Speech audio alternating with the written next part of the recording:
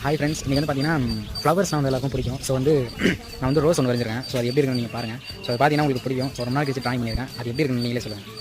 இளையவளின் இடையொரு நூலகம் படித்திடவா பணிவிடும் இரவுகளாயிரம் இடைவெளி எதற்கு சொல் நமக்கு உன்னாடம் ஒரு முறை விடுமுறை எடுத்தால் என்ன என்னை தீண்டக்கூடாதென வானோடு சொல்லாது வங்கக்கடல் என்னை ஏந்தக்கூடாதென கையோடு சொல்லாது புல்லாங்குழல் நீ தொட்டால் நிலவில் கரைகளும் நீங்குமே விழிகளில் வழிந்திடும் அழகு நீர்வீழ்ச்சியே எனக்கு நீ உனை தர எதற்கு ஆராய்